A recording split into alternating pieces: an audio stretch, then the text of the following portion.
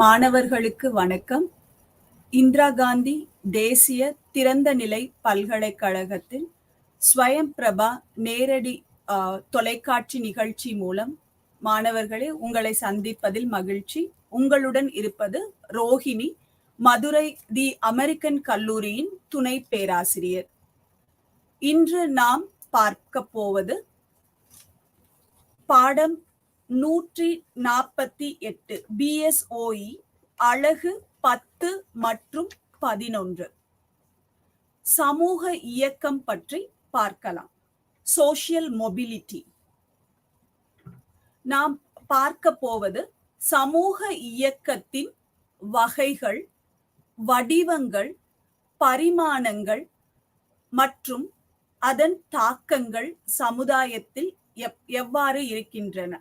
மேலும் நாம் சமூக இயக்கத்தின் காரணிகள், ஃபேக்டர்ஸ், டிரான்சிஷன், ஒரு சமூக நிலையிலிருந்து இன்னொரு சமூக நிலைக்கு மாற்றம் ஏற்படுவது, ஒரு social position to another social position, இதை குறிப்பிடத்தக்க மாற்றமாக வாழ்க்கையின் வாய்ப்புகள் மற்றும் வாழ்க்கையின் முறைகளின் நிலைகள் குறித்து பார்க்க போகிறோம். மாற்றங்கள் மனிதர்களாகவும் தனி மனிதர்களாகவும் குழுக்களாகவும் அனுபவிக்கும் பொழுது அதனுடைய தாக்கம் சமுதாயத்தில் எவ்வாறு இருக்கிறது, இதையே சமூக இயக்கம் என்று நாம் பார்க்க போகிறோம். சமூக ஆய்வாளர் சொரோக்கின் என்பவர் இதையே the shift of position என்று சொல்கிறார். the நிலையின் மாற்றம் யாரால் ஏற்படுத்தப்படுகிறது, which was undertaken by ஒரு தனிநபர் அல்லது ஒரு சமூக பொருள் அல்லது சமூக மதிப்பு.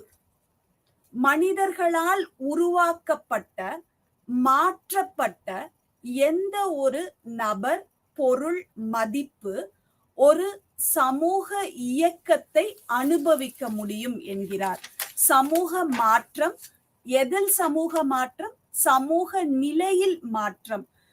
ஒரு தனி நபரோ குழுவோ இந்த சமூக மாற்றத்தினால் ஆதாயமும் பெற முடியும், இழப்பும் பெற முடியும். அந்த ஆதாயமும் இழப்பும் எதன் மூலமாக பெறப்படுகிறது என்றால் சக்தி, த பவர், கௌரவம் மற்றும் சலுகைகள் மூலமாக, பிரிவிலேஜஸ். ஒரு சமூக இயக்கம் என்பது ஒரு தனி நபருக்கோ ஒரு குழுவிற்கோ ஒரு அங்கீகாரம் கிடைப்பது ஆகும். ஒரு சமூகத்தின் தரம் என்று சொல்லப்படுகிறது, அது கிரடேஷன் என்று சொல்லப்படுகிறது. இந்த 3 காரணிகளும் மிக முக்கியமானதாக இருக்குது ஒரு சமூக இயக்கத்திற்கு. இது ஒரு லைன் ஆஃப் ஹைரார்கி என்று சொல்கிறார்கள், படிநிலை. ஒருவர் மேலே செல்லவும் முடியும், ஒருவர் கீழ்நிலைக்கு செலுத்தவும் முடியும். சமூக நிலையின் மாற்றத்தையே சமூக இயக்கம் என்று நாம் சொல்கிறோம். இது கால அளவை சார்ந்ததாக இருக்கிறது. சமூக மாற்றம் என்பது ஒரு சமூகத்தின் கால அளவை சார்ந்தது என்கிறோம். இது செங்குத்து சேஞ்சஸ் என்று சொல்கிறோம். செங்குத்து என்பது வெர்டிக்கல் அண்ட் ஹாரிசாண்டல் மொபிலிட்டி, கிடைமட்ட இயக்கம் மற்றும் வெர்டிக்கல் செங்குத்து இயக்கம் என்று சொல்கிறோம். இது ஹாரிசாண்டல் சோஷியல் மொபிலிட்டி, கிடைமட்ட, அப்படி என்றால் ஒரு கீழ் அல்லது மேல் அடுக்கு வரிசை என்று சொல்கிறார் சொரோக்கின் உடைய கருத்து. டிரான்சிஷன் ஆஃப் இண்டிவிஜுவல், ஒரு தனி மனிதனின் தனிப்பட்ட மாற்றம் ஒரு சமுதாய குழுவில் அதே நிலையில் மாற்றப்படுவது ஆகும். தன்னுடைய ஏற்றம் இரக்கம் இல்லாமல் ஒரு குடும்பத்திலிருந்து மற்ற குடும்பத்திற்கு செல்வதையோ, ஒரு குடி உரிமை, ஒரு தேசத்திலிருந்து குடி உரிமை பெற்று மற்ற தேசத்திற்கு செல்வதோ, ஏற்ற இரக்கம் இல்லாமல் அதே நிலையில் மாற்றம். தொழில் நிலையில் ஒரு நிறுவனத்தில் இருந்து மற்ற தொழில் நிறுவனத்திற்கு மாறுவதை ஹொரிசான்டல் என்று சொல்கிறார். அதே இது குடும்பம் சார்ந்து திருமணம் ஆகியோ மறு திருமணம் ஆகியோ இல்ல விவாகரத்தின் மூலமோ ஒரு குடும்பத்திலிருந்து மற்றொரு குடும்பத்திற்கு இதனால் ஏற்றம் இறக்கம் இல்லாமல் அதே நிலையில் மாற்றம் என்கிறார். மேல் கீழ் மாற்றம் கிடையாது என்கிறார் சொரோக்கின். இந்த ஹரிசான்டல் இயக்கம் கிடைமட்ட இயக்கத்திற்கு. அந்தோனி கிடன்ஸ் என்பவர் இந்த லேட்ரல் டைரக்ஷன் பக்கவாட்டு திசை என்று சொல்கிறார். இந்த நவீன சமுதாயத்தில் இதை கிடன்ஸ் என்பவர் பக்கவாட்டு திசை புவியியல் இயக்கம் என்று சொல்கிறார். நம் நண்பர்களோ நெய்பர்ஸ் அண்டை வீட்டாரோ அல்லது நகரத்தில் ஒரே இடத்திலிருந்து மற்ற இடத்திற்கு மாறுபட்டு செல்வதோ இல்ல ரீஜன்ஸ் ஒரு இடத்திலிருந்து மற்ற இடத்திற்கு மாறுவதையோ இங்கு ஹொரிசான்டல் மொபிலிட்டி என்று கூறப்படுகிறது. வெர்டிக்கல் மொபிலிட்டி என்பது ஆன்வர்ட் அண்ட் அப்வர்ட் சேஞ்ச், மேலோ ஒரு நிலையிலிருந்து உயர்ந்த நிலைக்கோ ப்ரொமோஷன் ஆர் டிமோஷன் சொல்றாங்க, கீழ் நிலைக்கோ செல்லப்படுவதை வெர்டிக்கல் இயக்கம் என்று சொல்கிறார். இது வருமானத்தின் மாற்றத்தினாலேயோ இல்ல திருமணத்தினாலேயோ உயர் நிலையில் உள்ளவர்களையோ இல்ல தன் நிலையிலிருந்து கீழ் நிலையில் இருப்பவர்களையோ திருமணம் செய்து கொள்வதனால் தன்னுடைய வாழ்க்கை தரம் உயர்ந்த நிலைக்கு செல்வதாகவும் இருக்கலாம். அதை அப்வர்ட் மொபிலிட்டி மேல் நோக்கி இயக்கம் அல்லது கீழ்நிலைக்கு செல்லப்படுகிறது, கீழ் நோக்க இயக்கம் என்று சொல்கிறார். இது மறுபடியும் சொரோக்கின் சொல்வது டிரான்சிஷன் மாற்றம். ஒரு தனிநபரோ ஒரு குடும்பம் ஒரு குழுவோ ஒரு சமுதாய அமைப்பிலிருந்து இரண்டு திசைகளிலும் மாற்றப்படும், ஏறு வரிசையிலும் இறங்கு வரிசையிலும் சொல்றார். அது சோசியல் கிளைம்பிங், சமூக ஏற்றம், இல்ல சொன்னா சோசியல் சிங்கிங் என்று சொல்கிறார், சமூக இரக்கம் என்று சொல்கிறார். இதையே ஆந்தோனி கிடன்ஸ் என்பவர் இந்த வெர்டிக்கல் மொபிலிட்டியை சமூக பொருளாதாரம் சார்ந்த ஒரு அளவுகோலாகவே காட்டுகிறார். இது எப்படி சொல்கிறார் கிடியன்ஸ் என்றால், ஒரு ஆதாயம் தன்னுடைய சொத்தின் மூலமாகவோ அல்லது வருமானத்தின் மூலமாகவோ இல்ல ஸ்டேட்டஸ் நிலையின் மூலமாகவோ மேல் நோக்கி செல்லும் போது அதை அப்வர்ட் மொபிலிட்டி என்கிறார் ஆந்தோனி கிடன்ஸ். இதே போல் ஆதாயம் இல்லாமல் இழப்பு ஏற்படும் போது அந்த சொத்து வருமானம் ஸ்டேட்டஸ் நிலை கீழ் இறங்கும் போது டவுன்வர்ட் மொபிலிட்டி கீழ் நோக்கி இயக்கம் என்கிறார். மேலும் நவீன சமுதாயத்தில் இதை vertical mobility and horizontal mobility இணைந்தே செயல்படும் என்கிறார் கிடன்ஸ். ஒன்று மற்றொன்றையும் செயல்படுத்தும் என்று கூறுகிறார்.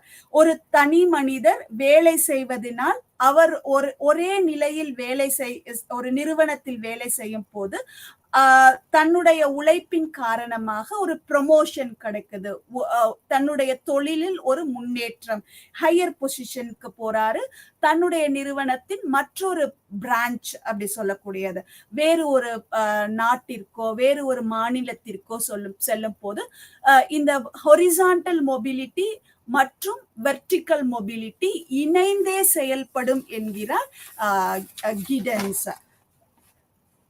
Then forms of mobility என்று சமூக இயக்கத்தின் வடிவங்கள் என்று சொல்லும் போது இது தனி மனிதராலோ குழுக்களாகவோ சமூக நிலையின் மாற்றத்தை குறிக்கும் பொழுது சொரோக்கின் சொல்வது ஒரு அமெரிக்க சமுதாயத்தின் ஆதாரத்தின் மூலமாக சொல்கிறார். இது ஏறு வரிசையாகவும் இருக்கலாம், இல்ல சொன்னா இறங்கு வரிசையாகவும் இருக்கலாம். இதை இரண்டு வகையாக சொல்கிறார். கண்டஸ்ட் மொபிலிட்டி, இல்லை என்றால் ஸ்பான்சர்டு போட்டியின் மூலமாக இயக்கம் இல்ல இல்ல சொன்னா இத அது ஸ்பான்சர்டு மொபிலிட்டி என்று சொல்லப்படுகிறது. ஸ்பான்சர்டு என்று சொல்லும் போது தன்னுடைய சிபாரிசினால மற்றவர்களுடைய உதவியினால் அந்த இயக்கம் உருவாகுகிறது என்று சொல்கிறார். தற்போதைய பொருளாதாரம், அரசியல் மற்றும் தொழிற் சார்ந்த நிலையில் அந்த அமெரிக்க சமுதாயத்தில் 2 முதன்மை பிரின்சிபல்ஸ் என்று சொல்லப்படுகிறது. இது எதை சார்ந்து இருக்குது என்றால் இன்ஃபில்ட்ரேஷன் என்று சொல்கிறார். ஊடுருவி போகிறது. எதன் மூலமாக ஊடுருவி போகுது? Lower stratum into higher stratum சொல்றாரு. கீழ் அடுக்கு நிலையில் இருந்து மேல் அடுக்கு நிலைக்கு கொண்டு செல்லப்படுகிறது. அதே இது இன்சர்ஷன் என்றும் சொல்கிறார். இன்சர்ஷன் என்பது இன்டு ஹையர் ஸ்ட்ராட்டம் பக்கவாட்டில் இல்லாமல் நேரடியாக மேல் அடுக்குக்கு கொண்டு செல்லப்படுகிறது. அதே இது இறங்கு வரிசை சொல்ல போது அகைன் மறுபடியும் அவர் 2 கொள்கைகளை சொல்கிறார். இண்டிவிஜுவல் தனி நபரோ இல்ல குழுக்களாகவோ செயல்படும் போது சீரழிவு அல்லது சிதைவு இல்லாமல் சமூக நிலையில் மாற்றம் மற்றும் சிதைவு மற்றும் சீரழிவோடு சமூக நிலை மாற்றம் என்று சொல்லப்படுகிறது. 2 பிரின்சிபல்ஸ், 2 கொள்கைகள், இன்ஃபில்ட்ரேஷன், இன்சர்ஷன், ஊடுருவி செல்லுதல், செருகுதல் என்று சொல்கிறார். மற்றும் சிதைவு மற்றும் சீரழிவோடு கூடிய சமுதாய மாற்றம், சிதைவு மற்றும் சீரழிவு இல்லாமல் ஏற்படுகின்ற சமுதாய மாற்றம் பற்றி சொல்லப்படுகிறது. மேலும் இங்கு ரால்ஃப் டர்னர் என்பவர் இந்த சொரோக்கின் மற்றும் ஹிடன்ஸ் உடைய கருத்துக்களுக்கு மாறுபட்ட கருத்தாக இங்கு சொல்கிறார். வழக்கமான நெறிமுறை வடிவங்கள் விட இந்த மேல்நோக்கு இயக்கத்தில் 2 வகைகளான இயக்கத்தை ரால்ஃப் டர்னர் கூறுகிறார். இது போட்டி இயக்கம் என்று ஒன்றை சொல்கிறார். இதில் உயர் அடுக்கு நிலை, எலைட் ஸ்டேட்டஸ் என்று சொல்லப்படுகிறது. இது ஒரு பரிசு என்று சொல்கிறார். ஒரு ஓபன் கான்டெஸ்டாக இருக்கிறது இந்த கான்டெஸ்ட் மொபிலிட்டி. ஆர்வம் உள்ளவர்களின் முயற்சிகளுக்கு கிடைக்கக்கூடிய பரிசு என்கிறார். இதில் எலைட் என்பது ஒரு உயர்தர வகையில் ஹை கிளாஸ் கேட்டகரி என்று சொல்கிறார். இதில் போட்டி யாரால் எப்படி நடத்தப்படுகிறது என்றால் it is governed by some rules of fair play என்று சொல்கிறார். நியாயமான விளையாட்டு மூலமாக இந்த போட்டி நடத்தப்படுகிறது. யாரு போட்டியாளர்கள் என்று சொன்னால் ஆர்வமுள்ளவர்களாக இருக்கிறார்கள். அவர்கள் இந்த போட்டியில் பங்கு பெறுகிறார்கள். மேல் மட்ட அடுக்கில் உள்ளவர்கள் மட்டும் இல்லாமல் கீழ் அடுக்கு நிலையில் உள்ளவர்களும் இது போட்டியில் கலந்து கொள்கிறார்கள். பரிசு இங்கு என்னவாக இருக்கிறது என்றால் சக்சஸ்ஃபுல் அப்வர்ட் மொபிலிட்டி என்று சொல்லப்படுகிறது. உயர்ந்த இடத்திற்கு நோக்கி செல்லக்கூடிய இயக்கமாக இருக்கிறது. இது உயர்தட்டு மக்களால் நிர்ணயிக்கப்படுவது கிடையாது என்கிறார். யார் திறமை உள்ளவர்களாக இருக்கிறார்களோ அவர்கள் இந்த இயக்கத்தின் மூலமாக முன்னேறி செல்கிறார்கள் என்று ரால்ஃப் டர்னர் கூறுகிறார். மேலும் ஸ்பான்சர்டு மொபிலிட்டி என்று சொல்லும் போது ஆதரவளிக்கப்பட்ட இயக்கம் என்று சொல்கிறார். இது எதன் மூலமாக நிறுவப்படுகிறது என்றால் நிறுவப்பட்ட உயர் அடுக்கு மக்களாலும் ஏஜென்சினாலும் இது தன்னுடைய நிறுவனத்திற்கோ தன்னுடைய நிலைக்கோ தகுந்த மனிதர்களை தானே தேர்ந்தெடுக்கிறார்கள். அதற்காக ஒரு அளவுகோலை அவர்களின் தேவைக்கு ஏற்றார் போல தகுதிகளை அவர்களாக வடிவமைக்கிறார்கள். It is not selected. இது எப்படி தேர்ந்தெடுக்கப்படுவது இல்லை என்றால் முயற்சி மூலமாகவும் திறன்கள் மூலமாகவும் இவை தேர்ந்தெடுக்கப்படுவது இல்லை. இந்த அப்வர்ட் மொபிலிட்டி என்பது பிரைவேட் கிளப்ஸ், தனியார் நிறுவனங்கள், உயர்ந்த அடுக்கு வேட்பாளர்கள் அவர்களே தேர்ந்தெடுக்கக்கூடியவர்களாக இருக்கிறார்கள் தன்னுடைய இன மக்களை, ஃபெலோ மெம்பர்ஸ் என்று சொல்லப்படுகிறது. அப்போ மற்ற உறுப்பினர்களுக்கு அந்த அப்வர்ட் மொபிலிட்டி என்பது இந்த ஸ்பான்சர்டு இயக்கத்தில் நிராகரிக்கப்படுகிறது. அந்த யார் இதில் தேர்ந்தெடுக்கப்பட வேண்டும் என்பது நிர்ணயிக்கப்படுகிறது சில விதிமுறைகளால், எலைட் குரூப், உயர் அடுக்கு மக்களால். இதையே ஸ்பான்சர்டுன்னு சொல்றாரு. அந்த கிரடேஷன் இன் சோசியல் பொசிஷன் அப்படி சொல்றோம் இல்லையா, ஒரு தகுதி, ஒரு சமூக நிலையில் ஒரு தகுதி என்று சொல்லும் வரையில் இந்த சமூக மாற்றம் நடந்து கொண்டே இருக்கும் என்று சொல்லப்படுகிறது. இந்த மாற்றங்கள் மேற்கொள்ளப்படும் பொழுதும் அனுபவிக்கப்படும் பொழுதும் சமூக நிலையில் ஒரு மாற்றம் ஏற்படுகிறது. இதையே சமூக இயக்கம் என்று சொல்லப்படுகிறது. யாரால் இந்த மாற்றம் அனுபவிக்கப்படுகிறது என்றால் தனிநபராகவோ குழுக்களாகவோ இல்ல சமூக வேல்யூஸ் இல்ல சமூக பொருள் என்று சொல்லக்கூடிய ஆப்ஜெக்ட், இவைகள் எல்லாம் இந்த மாற்றங்களை அனுபவிக்கிறது என்று சொல்கிறார். இந்த மாற்றம் ஹொரிசான்டலாக கிடைமட்டையாக இருக்கலாம் அல்லது செங்குத்தாக இருக்கலாம். செங்குத்தாக சொல்லும் பொழுது மேல் நோக்கியும் செல்ல வாய்ப்பு இருக்கிறது, கீழ் நோக்கியும் செல்ல வாய்ப்பிருக்கிறது. இதையே ஆக்சுவலைசஸ் மொபிலிட்டி என்று சொல்கிறார்கள். தன்னுடைய முயற்சினால தன்னுடைய வெற்றியை கொண்டாடுவதனால் இதற்குரிய அளவுகோல் என்பது ஆக்சுவலைசிங், தன்னுடைய செல்ஃப் எஸ்டீம் மூலமாக கிடைக்கக்கூடியது, தன்னுடைய திறன் மூலமாக கிடைக்கக்கூடியது என்று சொல்லப்படுகிறது. இதுவே ஃபார்ம்ஸ் ஆஃப் மொபிலிட்டி என்று சொல்கிறோம். மற்றும் அடுத்த தலைப்பு சமூக இயக்கத்தின் பரிமாணங்கள் மற்றும் தாக்கங்கள். இது சொல்லும் பொழுது இன்ட்ரா ஜெனரேஷனல் அண்ட் இன்டர் ஜெனரேஷனல்னு சொல்றோம். இன்ட்ரா என்று சொல்லும் போது தன்னுடைய தொழில் சார்ந்த மூவ்ஸ் சொல்றாங்கல்ல, தன்னுடைய தொழில் சார்ந்த முன்னேற்றம் சமுதாயத்தில் அளவுகோலாக மேல் செல்வது அல்லது கீழ் செல்வது, அவர்களுடைய உழைக்கும் வாழ்க்கை என்று சொல்கிறார்கள். எது தன்னுடைய உழைப்பு தன்னுடைய காலகட்டங்களில் எப்படி இருந்தது என்று சொல்வதை இன்ட்ரா என்று சொல்லப்படுகிறது.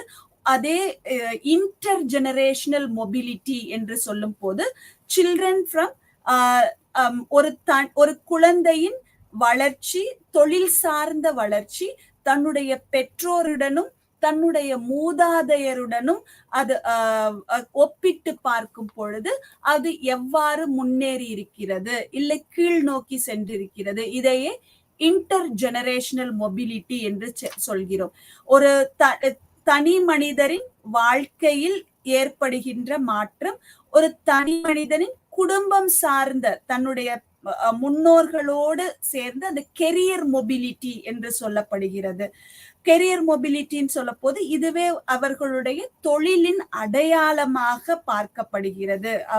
இதை ப்ளா அண்ட் டன்கன் என்ற சமூக ஆய்வாளர் அமெரிக்கன் ஆக்குபேஷனல் ஸ்ட்ரக்சர் இதை பற்றி படிக்கும் பொழுது தொழில் சார்ந்த அமைப்பு எப்படி இருக்குது என்று பார்க்கும் போது ஒரு மனிதனின் வாய்ப்பு மேல் நோக்கி அந்த ஏணியில ஏறி போகிற மாதிரி வலுவான சில வெற்றியை அடையணும்னு சொல்ல போது அதற்கு காரணங்கள் சில சொல்கிறார். கல்வியின் அளவு, அமௌண்ட் ஆஃப் எஜுகேஷன் என்று சொல்கிறார். மற்றும் அவர் அந்த நபரின் முதல் வேலையின் தன்மை பற்றி சொல்கிறார். மற்றும் தன்னுடைய தந்தையின் வேலை, இவை அனைத்தும் முக்கிய காரணமாக இருக்கிறது என்று டன்கன் சொல்கிறார். தந்தையின் கல்வி, ஒரு மகனின் கல்வி ஒரு மகனுடைய வேலையின் வாய்ப்புக்கு ஒரு உறுதுணையாக இருக்கிறது, அதிகமான தாக்கத்தை கொடுக்கிறது என்கிறார். மேலும் ஒரு தந்தையின் தொழில் மற்றும் அந்த மகனின் முதல் வேலை தொழில், இவையும் முக்கியமானதாக இருக்கிறது என்று சொல்கிறார். சிறு குடும்பங்களாக இருக்கும் பொழுது ஒவ்வொரு குழந்தைக்கும் அந்த ரிசோர்ஸ் அதிகமாக கொடுக்க முடியும் என்று சொல்கிறார்கள். அட்டென்ஷன், கவனம், அந்த குழந்தையை ஊக்குவிப்பது, இது அதிகமாக இருக்கிறது என்று சொல்லப்படுகிறது. அதே போல் இந்த இன்டர் ஜெனரேஷனல் மொபிலிட்டி என்பதற்கு ஒரு டன்கன் சொல்லுவது, திருமணத்தை தள்ளி போடுபவர்கள் அதிகமான அந்த வளர்ச்சியை அடைகிறார்கள். இயர்லி மேரேஜ் விட, சீக்கிரமா திருமணம் செய்பவர்களை விட திருமணத்தை தள்ளி போடுபவர்களுக்கு அந்த ஒரு ஆளுமை பண்புகள் அதிகமாக இருக்கிறது என்கிறார் டன்கன். அதே போல இந்த கெரியர் மொபிலிட்டி, அதை இன்டர் ஜெனரேஷனல் மொபிலிட்டியை மற்றொரு பெயர் கெரியர் மொபிலிட்டி என்றே சொல்லப்படுகிறது. அவர்களுடைய வாழ்க்கையில் வேலை செய்யும் பொழுது அவர்களுடைய நிலை எப்படி உயர்கிறது என்றே சொல்லப்படுகிறது. இது சமுதாயத்தின் திறந்த நிலை அல்லது மூடிய நிலையை சார்ந்தே இருக்கிறது என்று சொல்லப்படுகிறது. அவர்கள் முயற்சி இருந்தாலும் இது சமுதாயம் சார்ந்ததாகவே இருக்கிறது. இந்த இன்டர் ஜெனரேஷனல் மொபிலிட்டியோட வளர்ச்சி ஓப்பன் சொசைட்டி ஆர் க்ளோஸ்டு சொசைட்டின்னு சொல்றாரு. அப்ப இது எதை வைத்து கண்டுபிடிக்கணும் சொல்ல போது, அந்த குழந்தையின் வேலை நிலையை அவர்கள் எந்த வயதில் அடைந்தார்கள் என்பதை அந்த குழந்தையின் பெற்றோர்கள் அல்லது அவருடைய கிராண்ட் பேரண்ட்ஸ் அவர்கள் அந்த தொழில் செய்வதற்கு, அந்த உத்தியோகத்திற்கு வருவதற்கு எவ்வளவு காலகட்டங்களில் அதை அடைந்தார்கள், இதை கம்பேரிட்டிவா பார்க்க முடியும் என்று சொல்கிறார் டன்கன். மேலும் அடுத்து பார்ப்பது ரேஞ்ச் ஆஃப் மொபிலிட்டி என்று சொல்லப்படுகிறது. இயக்கத்தின் வரம்பு என்று சொல்லப்படுகிறது. மக்கள் தன்னுடைய வேலை மூலமாக மேல்நிலைக்கு அல்லது கீழ்நிலைக்கு போவதை ஒரு சமூக அளவாக பார்க்கப்படுகிறது. அந்த சமூக அளவு, அந்த டிராவலிங் த்ரூ ஒன் ஸ்ட்ராட்டா சொல்றாங்களே, ஒரு அடுக்கிலிருந்து மற்றொரு அடுக்கிற்கு போவதையே ரேஞ்ச் என்று சொல்லப்படுகிறது. அந்த சமூக இடைவெளி, எவ்வளவு தூரம் அவர்கள் முன்னேறி சென்றிருக்கிறார்கள் என்பது அப்வர்ட் மூவ்மெண்ட் என்றும், எவ்வளவு தூரம் அவர்கள் தன்னுடைய நிலையிலிருந்து கீழிறங்கி இருக்கிறார்கள் என்பது டவுன்வர்ட் மூவ்மெண்ட் என்றும் சொல்லப்படுகிறது. அந்த சமூக இடைவெளியே ரேஞ்ச் என்று சொல்லப்படுகிறது. ஷார்ட் சோஷியல் டிஸ்டன்ஸ் என்றே குறுகிய தூர மாற்றம் அதுவே அதிகமாக ஏற்படுகிறது என்று சொல்லப்படுகிறது. சில சமயங்களில் பிக் ஸ்லைட் என்று சொல்கிறார்கள், அதிகமான சரிவும் ஏற்படுகிறது. லாங் ரேஞ்ச் ஆஃப் மொபிலிட்டி என்று சொல்கிறார்கள். டன்கன் சொல்கிறார், ஒரு ஆராய்ச்சியில் 20,000 ஆண்களோடு தகவல்கள் சேகரித்து ஒரு கன்க்ளூஷன், ஒரு முடிவுக்கு வருகிறார். அமெரிக்காவில் வெர்டிக்கல் மொபிலிட்டி அதிகமாக இருக்கிறது. மேல் நோக்கி முன்னேறி செல்பவர்களின் பாப்புலேஷன் அதிகமாக இருக்கிறது. அந்த லாங் ரேஞ்ச் மொபிலிட்டி, அதிக தூரத்திற்கு போகக்கூடியது குறைவாகவே இருக்கிறது என்று சொல்கிறார். அதே போல அந்த டவுன்வர்ட் மொபிலிட்டி என்று சொல்கிறோம். டவுன்வர்ட் மொபிலிட்டி என்று சொல்லும் பொழுது இங்கு ஆந்தோனி கிடன்ஸ் என்பவர் இந்த சொல்லப்படுவது என்ன, அவர் சொல்கிறார், அப்வர்ட் மொபிலிட்டியே அதிகமாக இருக்கிறது. இந்த டவுன்வர்ட் மொபிலிட்டி கீழ் நோக்கிய இயக்கம் குறைவாகவே இருக்கிறது என்று சொல்கிறார். 20% ஆண்கள் யுனைடெட் கிங்டம்ல அந்த இன்டர் ஜெனரேஷனல் தலைமுறைகளுக்கு உள்ளே ஆன டவுன்வர்ட் மொபிலிட்டியில் உள்ளதாக ஆராய்ச்சியில் கூறுகிறார். அதே போல் குறுகிய காலகட்டத்திலேயே அந்த டவுன்வர்ட் மொபிலிட்டி இருக்கிறது என்கிறார். அதிகமாக எதனால் அந்த கீழ்நோக்கி இயக்கம் இருக்கிறது என்று பார்க்கும் பொழுது உளவியல் சார்ந்த பிரச்சனைகளும் பதட்டமுமே அங்கு அதிகமாக காணப்படுகிறது என்று சொல்கிறார். மேலும் அவர்களுடைய வாழ்க்கையை தக்க வைத்துக் கொள்ள வேண்டும் என்ற பழக்கம், அவர்கள் அதிலிருந்து அந்த தன்னுடைய பழகிவிட்ட வாழ்க்கையை தவறவிடும் பொழுதும் இந்த டவுன்வர்ட் மொபிலிட்டி இருக்கிறது என்கிறார். மேலும் பண நீக்கம் இதுக்கு ஒரு முக்கிய காரணமாக இருக்கிறது என்கிறார். மேலும் அவர் சொல்வது, கிடன்ஸ் சொல்வது, மிடில் ஏஜ்டு மேன் ஒரு நடு வயது ஆண் தன்னுடைய வேலையை இழக்கும் போது திரும்ப அந்த புதிய வேலை கிடைப்பதற்கு அதிக சிரமமாக இருக்கிறது.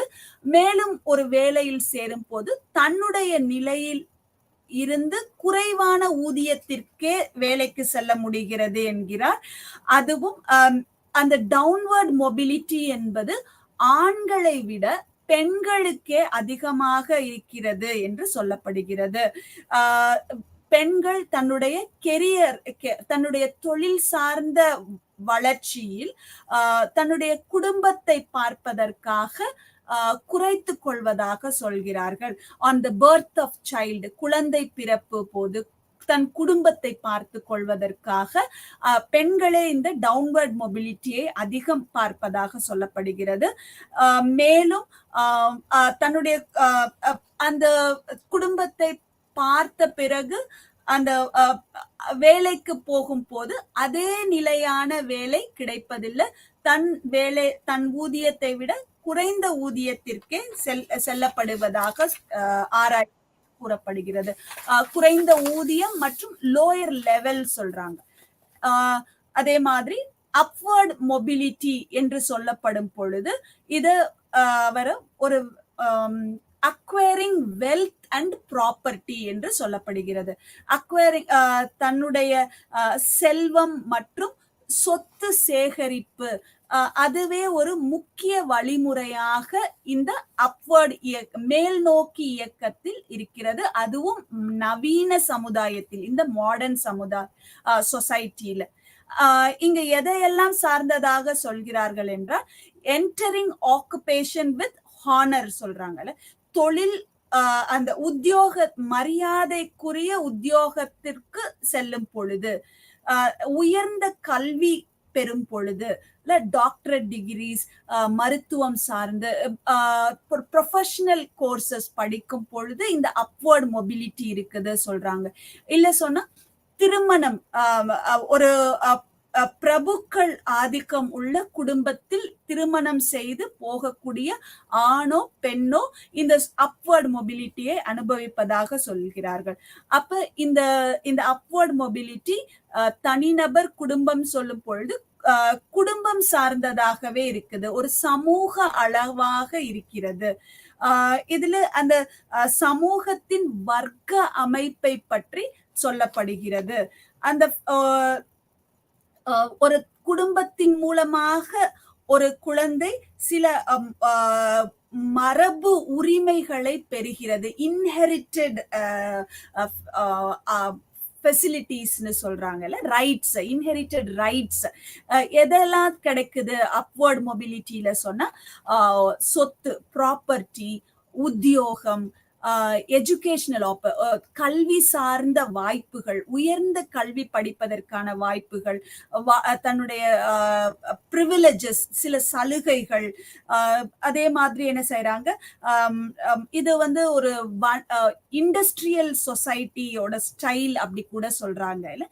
அப்ப அந்த ஹை கிளாஸ் லைஃப் பிஹேவியரை இவங்க இமிட்டேட் பண்ணியும் இந்த அப்வர்ட் மொபிலிட்டிக்குள்ள போவதாக சொல்லப்படுகிறது. அதே போல அந்த பாசிபிலிட்டி ஆஃப் மொபிலிட்டி சொல்ல பொழுது நிறைய விஷயங்கள் பார்த்தோம் சொன்னா அந்த ஒரு சொசைட்டி மேல் நோக்கி போவது ஒரு இயக்கத்திற்கு அந்த சமூகத்தின் வெளிப்படைத்தன்மை மற்றும் நெருக்கமான இந்த ரிஜிடிட்டின்னு சொல்ல க்ளோஸ்னஸ் சொல்றாங்கல்ல, இந்த அதுவே அதற்கு காரணமாக இருக்குது சொல்றாங்க. அப்ப அந்த மொபிலிட்டி அந்த இயக்கம் எப்பொழுது சாத்தியமாக இருக்கிறதுன்னு சொன்னா ஒரு பிளெக்சிபிலிட்டியோட சமுதாயம் இருக்கும் பொழுதே அது சாத்தியமாக இருக்குது. ரிஜிடா இருக்கும் பொழுது, திடமா இருகல் இருக்கும் பொழுது அங்க அந்த இயக்கம் ஒரு நிலையிலிருந்து மற்ற நிலைக்கு போவது சாத்தியம் கிடையாது சொல்றாங்க.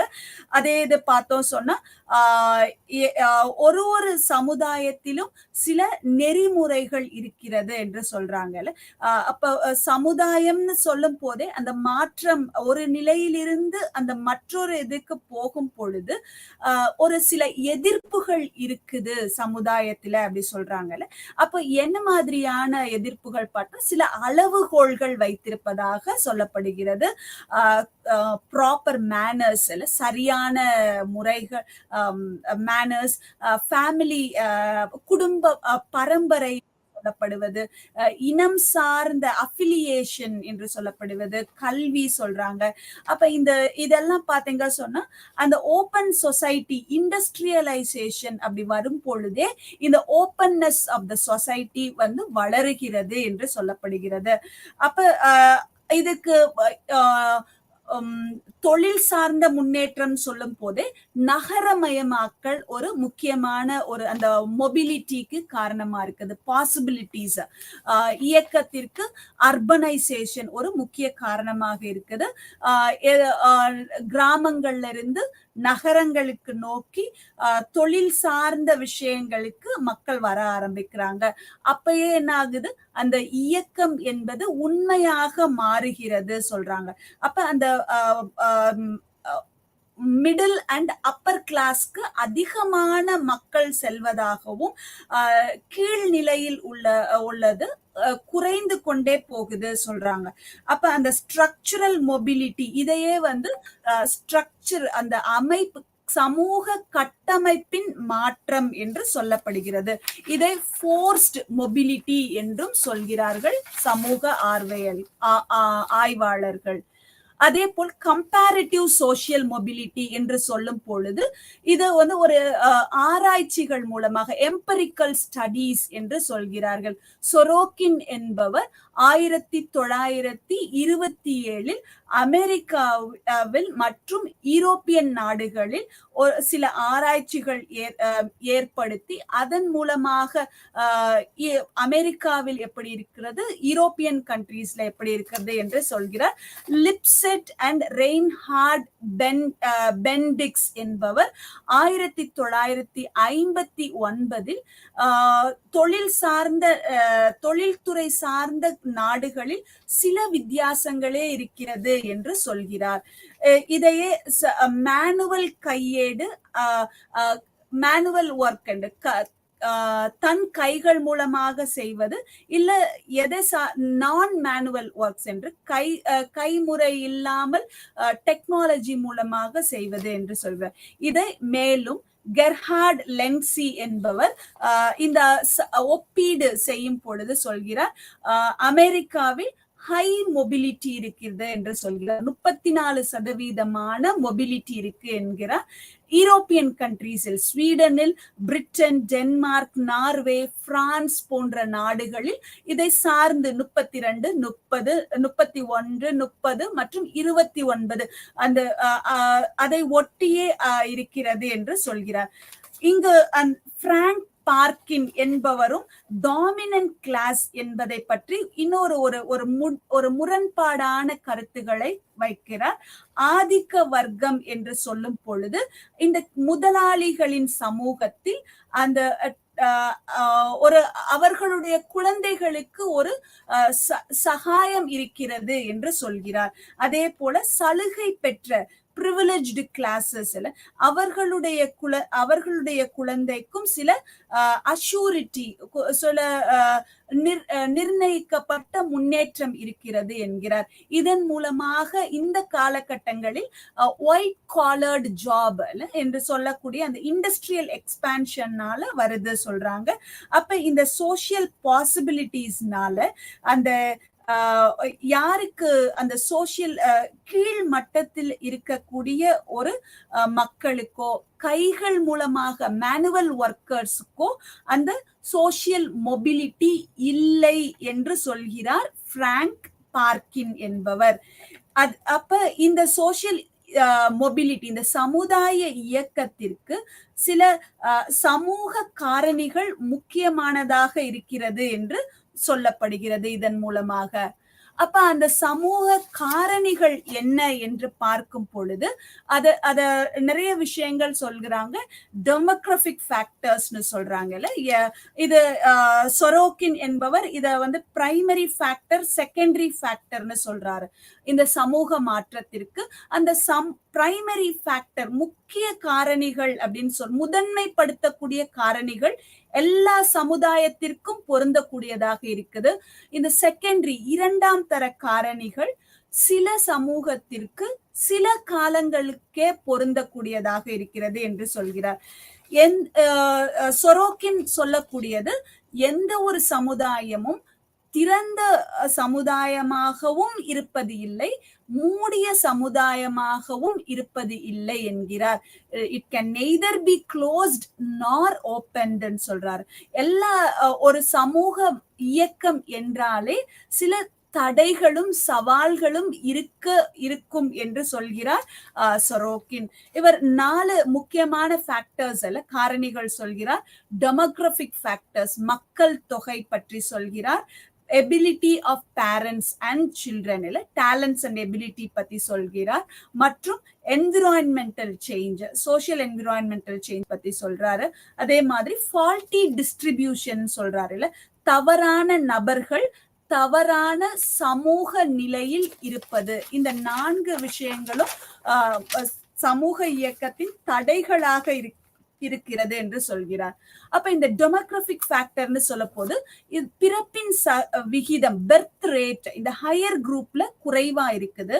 அதே இது இந்த டெத் ரேட் என்பது இந்த லோயர் குரூப்ல அதிகமாக இருந்தாலும் அந்த ரீப்ரொடக்ஷன் ரேட் என்பது இந்த லோயர் குரூப்ல அதிகமாக இருக்குது.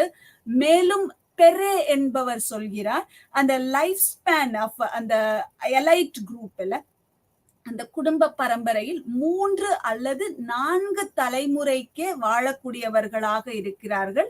அதற்கு பிறகு அவர்கள் அங்கிருந்து அவர்களுடைய தலைமுறை நீடிக்கவில்லை என்று சொல்கிறார். அப்பொழுது நான் மொபைல் பெர்த் அப்படி சொல்ல, அந்த நான் நோபல் பெர்த்ல அந்த ஒரு இணை பரம்பரை என்று சொல்லப்படுகிறது, கொலாட்ரல் லைனேஜில் இருந்து வர்றவர்களே அதை ஃபில் பண்ணிக்கிறாங்க சொல்றாங்க. அப்ப இந்த டெமோகிராபிக் ஃபேக்டர் அப்படி சொல்ல போது, இந்த மக்கள் தொகை எதனால அது ஒரு சோசியல் சமூக இயக்கத்திற்கு காரணம் என்று சொல்ல பொழுது, லாஸ் ஆஃப் லைவ்ஸ் இன் வார் சொல்றாங்கல்ல, போர்கள் மூலமாக அதிக மக்கள் இறந்து போறாங்க. அதே மாதிரி அப்ப அந்த நிலையை பூர்த்தி பண்றதுக்கு கீழ்நிலையிலிருந்து மேல்நிலைக்கு வர்றதாகவும், ரேபிட் இண்டஸ்ட்ரியலைசேஷன், அதிகமாக வணிகத்துவம் ஆகிறது, தொழில்மயமாகிறது, அடுத்து நகரமயமாகிறது. இது எல்லாமே பாத்தீங்க சொன்னா ஒரு ஒரு மைக்ரேஷன், இடம்பெயர்தல் சொல்றாங்கல்ல, ஒரு இடத்திலிருந்து மற்றொரு இடத்திற்கு. அப்ப இந்த டெமோகிராபிக் அந்த மக்கள் தொகையின் காரணமாகவே இது நடக்கிறது. அதே மாதிரி அர்பன் கான்டெக்ஸ்ட் நகரங்களுக்கு வரும் பொழுது பல நோய்களுக்கு உள்ளாகுறாங்க. அதனால மருத்துவம், அங்க மருத்துவமனைகள் வருது. இன்னும் பாத்தீங்க சொன்னா பிள்ளைகள் நகரத்திற்கு போவதனால பெற்றோர்கள் அங்கு ஓல்டேஜ் ஹோம் இல்ல முதியோர் இல்லங்களுக்கு செல்லப்படுறாங்க. அப்ப அந்த வாய்ப்புகள் அதிகமாக இருக்கிறது சமூக மாற்றத்திற்கு, இயக்கத்திற்கு சொல்றாங்க. அப்ப இந்த டெமோகிராபிக் ஃபேக்டர், மக்கள் தொகை என்பதை பயாலாஜிக்கலா சொல்லல, உயிரியல் ரீதியாக சொல்லல, ஆனா இத ஒரு சோசியலாஜிக்கல் ஃபேக்டராகவே சொல்லப்படுகிறது. அதே இது பார்த்தோம் சொன்னா டேலண்ட்ஸ் அண்ட் எபிலிட்டின்னு சொல்ல போது சொரோக்கின் என்பவர் சொல்கிறார், அது ஒரு ஒரு பேரண்ட்டுக்கும் ஒரு பெற்றோருக்கும் குழந்தைக்கும் உரிய திறன் ஒத்து போவது கிடையாது, மாறுபட்டே இருக்குது சொல்றாங்க.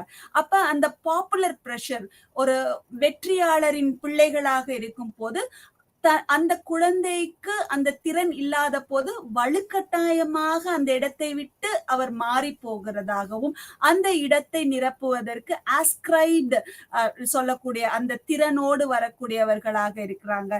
அப்ப இத லிப்செட் பெண்டிக்ஸ் என்பவர் சொல்கிறார், எந்த ஒரு சூழ்நிலையிலும் ஒரு தன்னுடைய திறன் மூலமாக வரக்கூடியவர்களுக்கு அதிகமான வாய்ப்பு இருக்கிறது சொல்றாங்க.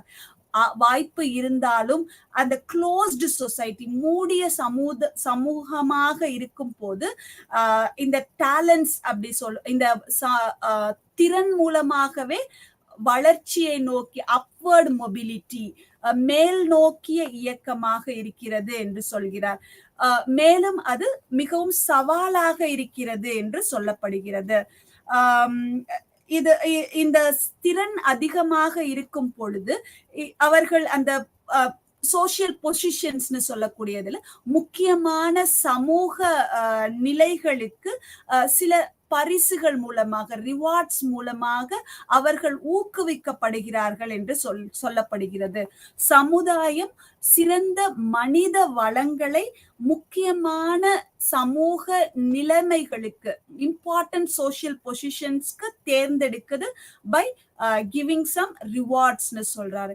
இதையே ரைஸ் ஆஃப் மெரிட்டோக்ரசி என்று சொல்லப்படுகிறது. இதை சொல்பவர் மைக்கேல் யங் என்பவர்.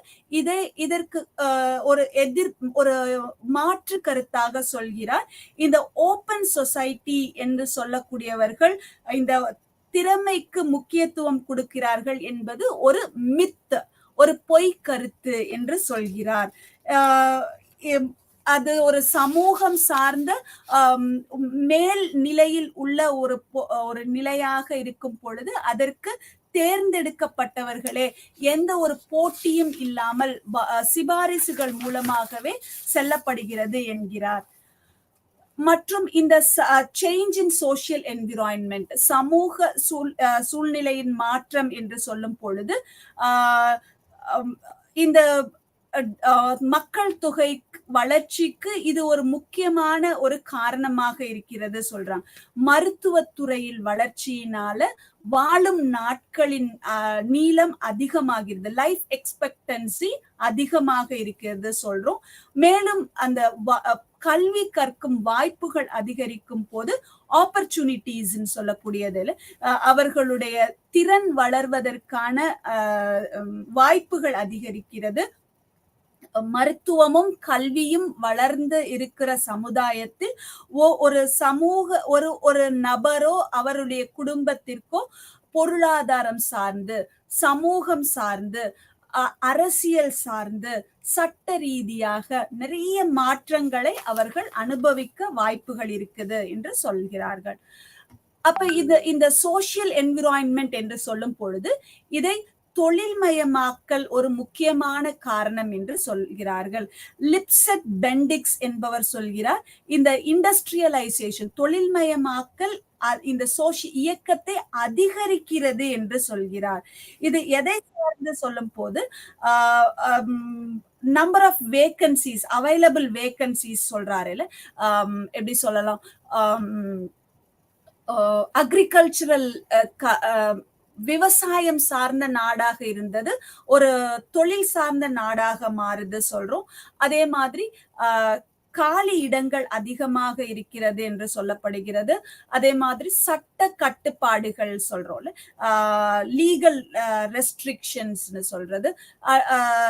அதே மாதிரி ஸ்டேட்டஸ்ல குவிதல், கன்வர்ஜென்ஸ் ஆஃப் ஸ்டேட்டஸ்னு சொல்லக்கூடியதாக இருக்குது. அப்ப இந்த இதையெல்லாம் பார்க்கும் பொழுது இங்க ஃபேக்டர்ஸ் இங்க வந்து அந்த சமூக மாற்றத்திற்கு இவையெல்லாம் காரணம்னு சொல்றோம்.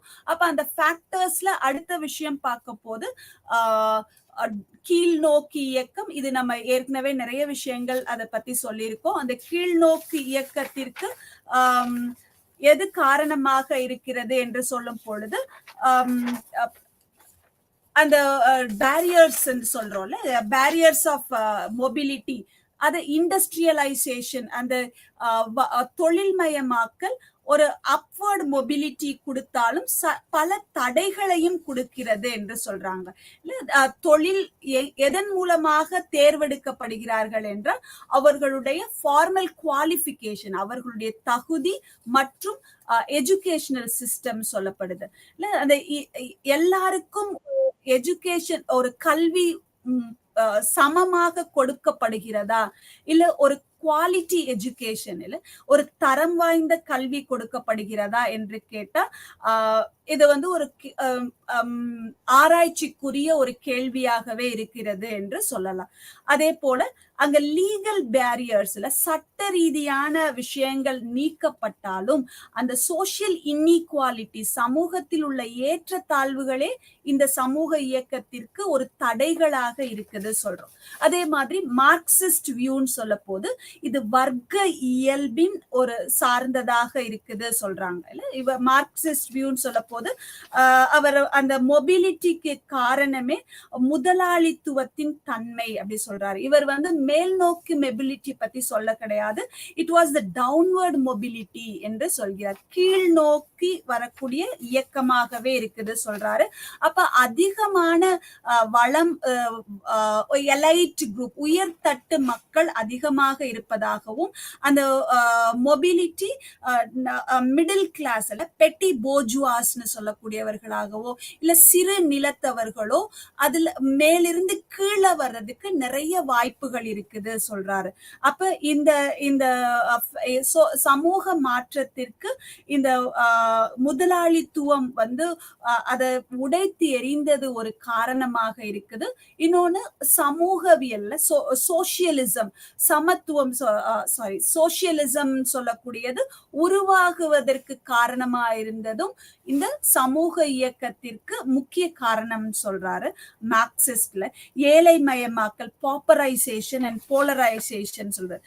துருவப்படுத்துதல், ஒரு அதிகப்படியான உலக வளங்கள் குறுகிய மக்களாலேயே அனுபவிக்கப்படுகிறது என்று மார்க்சியன் வியூ. அதே இது அதிகப்படியான மக்கள் குறைவான உலக வளங்களை அனுபவிக்கிறார்கள், அது துரியப்படுத்துதல், போலரைசேஷன் சொல்லக்கூடிய. அதே போல சப்ஜெக்டிவ் ஃபேக்டர்ஸ்னு சொல்றோம். இதுவரைக்கும் வெளிப்படையாக தெரியக்கூடிய காரணிகளை பார்த்தாலும் இங்க நம்ம சொல்லப்படுவது சில நுண்பொருட்கள் அப்படி சொல்றாங்க. அப்ப அது எதுன்னு பார்த்தா மோட்டிவேஷன் சொல்றாங்கல்ல, ஆஸ்பிரேஷன் அண்ட் மோட்டிவேஷன் சொல்றோம். தன்னுடைய ஆசைகள், அபிலாஷைகள் அப்படி சொல்ற மாதிரில மோட்டிவேட்டிங் பீப்புள். எதுக்காக அது ஒரு உந்து சக்தியாக இருக்குது சொன்னா மேல் நோக்கி செல்வதற்கு சில ஆஸ்பிரேஷன்ஸ் இருக்குது சொல்றாங்க. கீழ் நோக்கி போவதற்கு கிடையாதுன்னு சொல்றோம்.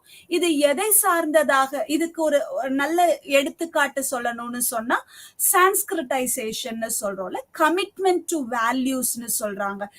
அந்த ஒரு சில உயர் தட்டு மக்களின் வாழ்க்கையில் என்ன மாதிரியான பழக்கங்கள் இருக்குது, அதை அவங்க எப்படி அதை பழகி கொண்டு தன்னுடைய கீழ் நிலையிலிருந்து அவர்களும் அந்த மேல் நிலைக்கு போகணும்ன்ற ஒரு உந்து சக்தி சொல்றாங்க. அப்ப இங்க கமிட்மெண்ட் அண்ட் மோட்டிவேஷன் சொல்றாங்க.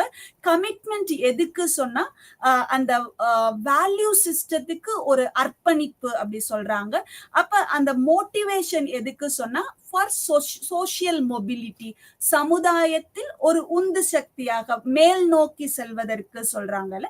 அப்ப அந்த இது நம்ம அந்த கேஸ்ட் சார்ந்த சில லைஃப் ஸ்டைல் பிராக்டிசஸ் இருக்குது அப்படி சொல்லும் போது அது ஒரு உயர்ந்த சமூகத்திற்கே உரியதாக இருக்கும் போது ஒரு காலகட்டத்தில் அதை என்ன செய்யறாங்க, அவர்களும் அதை பழகி கொண்டு அந்த அந்த வாழ்க்கை தரத்தின் மூலமாக தன்னுடைய அந்த நிலையை உயர்த்தி கொள்வதாக சொல்லப்படுகிறது. அதே போல social mobility and social changes சொல்ல போது இதுல அந்த சோசியல் மொபிலிட்டி என்பதை டிபெண்டன்ட் வேரியபிள் என்று சொல்கிறார், சார்ந்து இருக்கக்கூடியதுன்னு சொல்றோம். அதே போல அந்த சோசியல் ஸ்ட்ரக்சர் எதை சார்ந்து இருக்குது பார்த்தா சமூக அமைப்பை சார்ந்ததாக இருக்குது சொல்றோம். இந்த சமூக அமைப்பு என்பது இண்டிபெண்டன்ட் வேரியபிள் என்றே சொல்லப்படுகிறது. அப்ப இங்க ஆராய்ச்சிகள் சொல்லுது இது சப்ஜெக்டிவ் அப்ஜெக்டிவ்னு வேறுபடுத்தியில வெளிப்படையாக தெரியக்கூடியது பருப்பொருள் இல்ல நுண்பொருள் அப்படின்னு சொல்லி தனித்தனியாக அங்க பார்க்க முடியாது. இந்த ஸ்ட்ரக்சர் அப்படின்னு சொல்றது அந்த நிறுவனத்தோடு அந்த சமூக அமைப்பும் சமூகமும் ஒன்றோடு ஒன்று தொடர்புடையதாகவே இருக்குது சொல்றார். கிடன்ஸ் சொல்லும் பொழுது, அந்த சமூக ஆர்வலர் சொல்லும் பொழுது அந்த கிளாஸ் என்பது பிக்சட் கேட்டகரிஸ்னு சொல்றாரு இல்ல, வர்க்கம் என்பது ஒரு ஒரு குறிப்பிட்ட பாப்புலேஷன், ஒரு குறிப்பிட்ட மக்கள் ஒரு குறிப்பிட்ட காலகட்டத்தில் வாழக்கூடிய ஒரு கேட்டகரி சொல்றாரு. அதே இது ஸ்கம்ப்டர் என்பவர் சொல்கிறார் இந்த கிளாஸஸ் இல்ல, இந்த வர்க்கம் என்பது பேருந்தை போல அப்படி சொல்றாரு இல்ல. பேருந்தில் பயணிகள் எப்படி மாறுபட்டுட்டே இருப்பாங்க, different passengers at different time சொல்றாரு. பல மாறுபட்ட நேரங்களில் மாறுபட்ட அந்த பயணிகள் இருப்பதுதான் இந்த மாற்றம் சோசியல் கிளாஸஸ் சொல்றாரு. அப்ப இந்த மொபிலிட்டின்னு சொல்ல போது த ஃபேக்டர்ஸ் ஃபார் சோசியல் கிளாஸ்னு சொல்றாரு ஸ்கம்ப்டர். அப்ப இந்த அந்த சமூக வர்க்கத்திற்கு காரணமாக இருப்பது இந்த இயக்கம்னு சொல்றாரு. அந்த இயக்கத்தை செலுத்துவது அப்படின்னு சொல்றத ஸ்ட்ராட்டிபிகேஷன் சொல்றாரு இல்ல, அந்த பிரித்து காட்டப்படுது, அந்த social exclusion and social inclusion, யார புறக்கணிக்கப்படுது யாருக்கு இன்க்ளூஷன் உள்ளெடுத்து செல்லப்படுகிறது அப்ப இத மெர்டன் என்பவர் சொல்கிறார் அவருடைய ஆராய்ச்சியில் இத சோசியலி அக்செப்டட் கோல்ஸ் அப்படி சொல்றாரு இல்ல. சில மனிதர்கள் இந்த அந்த என்னென்ன மாதிரியான வேல்யூஸ் இருக்குது, என்னென்ன மாதிரியான சமூக அமைப்புகள் இருக்குதோ அதை ஏற்றுக்கொள்ளக்கூடியவர்களாக இருக்கிறாங்க, ஏற்றுக்கொண்டு அந்த கோல்ஸ் அச்சீவ் பண்ணவும் செய்யறாங்க சொல்றோம். அப்ப இந்த அக்செப்டட் கோல்ஸ், ஏற்றுக்கொள்ளப்பட்ட கோல்ஸ் வந்து அப்படிப்பட்ட மனிதர்களை கன்ஃபார்மிஸ்ட் என்று சொல்கிறார்கள், இணக்கமான மனிதர்கள் என்று சொல்கிறார்கள். சில மனிதர்கள் அதை ரிஜெக்ட் செய்யறாங்க இல்ல, எல்லாராலும் ஏற்றுக்கொள்ள முடியாது, அப்ப அவர்களை எதிர்ப்பு தெரிவிப்பவர்கள் ரெபிலியன் என்று சொல்லப்படுகிறது. அப்ப இங்க ஒவ்வொரு சமுதாயத்திலும் ஒரு டிஸ்கண்டென்ட் சொல்றாங்க இல்ல, அது திருப்தியற்ற தன்மை ஒரு நிலைமையில் இருக்கிறது என்று சொல்றாங்க. அந்த திருப்தியற்ற தன்மை ஒரு சமூகத்தில் இருக்கும் பொழுதே ஒரு சமூகத்தில் மாற்றம் உண்டாகிறது. அந்த மாற்றம் உண்டாகும் பொழுதே சமூக இயக்கம் உண்டாகிறது என்று சொல்லப்படுகிறது. அப்ப இந்த சப்ஜெக்டிவிட்டி அண்ட் அப்ஜெக்டிவிட்டி அப்படி நம்மளால தனியாக பிரிக்க முடியாது என்பது இப்பொழுது நமக்கு புரிகிறது. அதே போல ஒரு சமூக அமைப்பு என்பது தானாகவே ஒரு ஒழுங்கின்மை தன்மையை உருவாக்குகிறது, அதன் மூலமாக மாற்றங்களை உண்டு பண்ணுகிறது, அந்த மாற்றத்தின் மூலமாக சமூக நிலைகள் மாறுகிறது, அதவே சமூக இயக்கம் என்று சொல்லப்படுகிறது. நன்றி மாணவர்களே. உங்களுடன் இந்த சமூக இயக்கத்தை பற்றி இப்பொழுது விரிவாக பகிர்ந்து கொண்டோம். மற்றும் அடுத்த வகுப்பில் வேறு ஒரு தலைப்பில் சந்திக்கலாம். நன்றி.